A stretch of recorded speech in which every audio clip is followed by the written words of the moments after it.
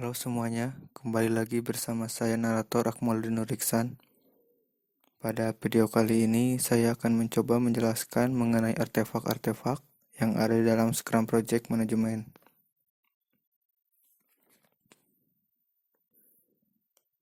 Langsung saja, apa sih artefak itu? Artefak adalah sebuah kata yang dapat kita temukan saat belajar sejarah, dan kata ini juga digunakan dalam konteks pengembangan perangkat lunak. Artefak berarti sesuatu yang merupakan hasil kerja manusia, baik secara individu maupun kelompok.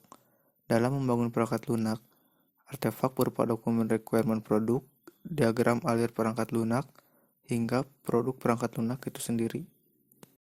Lalu, apa sih Scrum artefak itu? Scrum artefak adalah sebuah informasi seputar proyek, seperti daftar pekerjaan yang dilakukan oleh development dalam mencapai sprint goal. Artefak Scrum mempresentasikan pekerjaan atau nilai bisnis guna terciptanya transparansi dan kesempatan untuk menginspeksi dan mengadaptasi. Artefak-artefak yang dijabarkan Scrum dirancang sedemikian rupa untuk memaksimalkan transparansi informasi utama agar setiap orang memiliki pemahaman yang sama mengenai artefak tersebut. Dan di dalam Scrum itu sendiri terdapat 3 jenis artefak yang didefinisikan, yaitu 1. Product backlog, yang kedua sprint backlog, yang ketiga increment, dan yang keempat adalah DOD atau definition of done. Artefak tersebut didesain untuk menyediakan informasi yang penting dan transparan dalam pengembangan sehingga setiap individu memiliki pemahaman yang sama terhadap artefak yang ada di dalam Scrum. Sekarang kita masuk ke dalam penjelasan artefak Scrum yang pertama, yaitu adalah product backlog.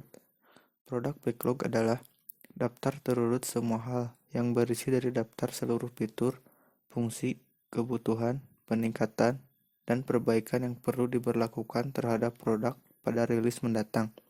Product backlog adalah satu-satunya sumber kebutuhan untuk semua perubahan yang perlu diberlakukan terhadap produk, dan product owner yang akan bertanggung jawab terhadap product backlog, termasuk isi, ketersediaan, dan urutannya. Sebuah product backlog juga tidak akan pernah tuntas. Di awal pengembangan produk backlog berisi daftar kebutuhan yang diketahui dan dipahami saat ini. Product backlog berevolusi seiring dengan perkembangan produk dan lingkungan di mana produk tersebut digunakan. Product backlog bersifat dinamis dan berubah terus-menerus secara konstan agar produk tersebut layak, kompetitif, dan bermanfaat.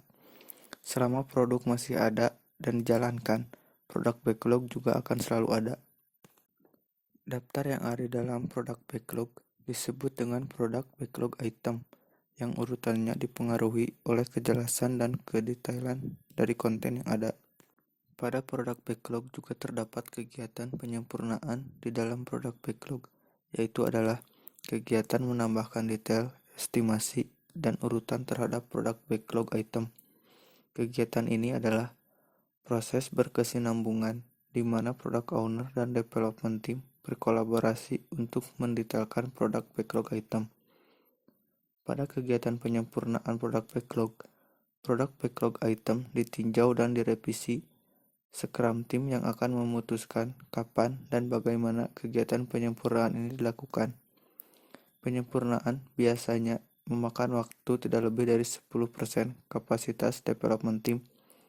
Namun, produk backlog item dapat diperbarui kapanpun juga oleh product owner ataupun berdasarkan kebijakan product owner. Lalu, bagaimana bentuk dari produk backlog? Bentuk dari produk backlog itu sendiri adalah sebuah tabel yang berisikan mengenai daftar seluruh fitur, fungsi, kebutuhan, peningkatan, dan perbaikan yang perlu dilakukan. Nah, berikut ini adalah contoh bentuk dari produk backlog.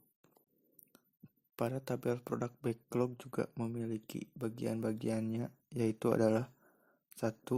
Backlog description, yang kedua initial estimate, yang ketiga adjustment factor, yang keempat adjustment estimate, dan yang kelima adalah work remaining unit completion.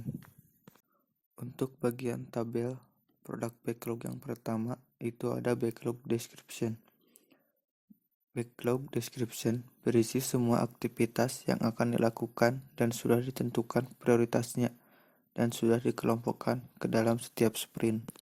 Seperti contoh pada gambar berikut, yaitu pada sprint 1 terdapat pendefinisian proses dan perancangan konseptual sistem, dan pada sprint 2 terdapat proses perancangan database dan autentikasi, proses masuknya kendaraan, dan proses keluarnya kendaraan, dan seterusnya. Lalu pada bagian tabel kedua, yaitu ada initial estimate. Initial estimate berisi waktu yang dibutuhkan yang masih berupa estimasi yang dibutuhkan. Dan yang ketiga ada adjustment factor, yaitu berisi besarnya penyesuaian dari waktu yang diestimasikan sebelumnya. Dan yang keempat ada adjustment estimate, waktu yang sudah disesuaikan berdasarkan besaran adjustment factor. Dan yang kelima terdapat remaining until completion, yaitu adalah waktu yang tersisa untuk penyelesaian proyek berdasarkan estimasi dari product owner serta pelaksanaan dari proyek tersebut. Sekian mengenai sedikit penjelasan artefak Scrum yang pertama, yaitu product backlog. Dan pada video berikutnya saya akan coba menjelaskan mengenai artefak Scrum yang kedua, yaitu adalah sprint backlog. Terima kasih.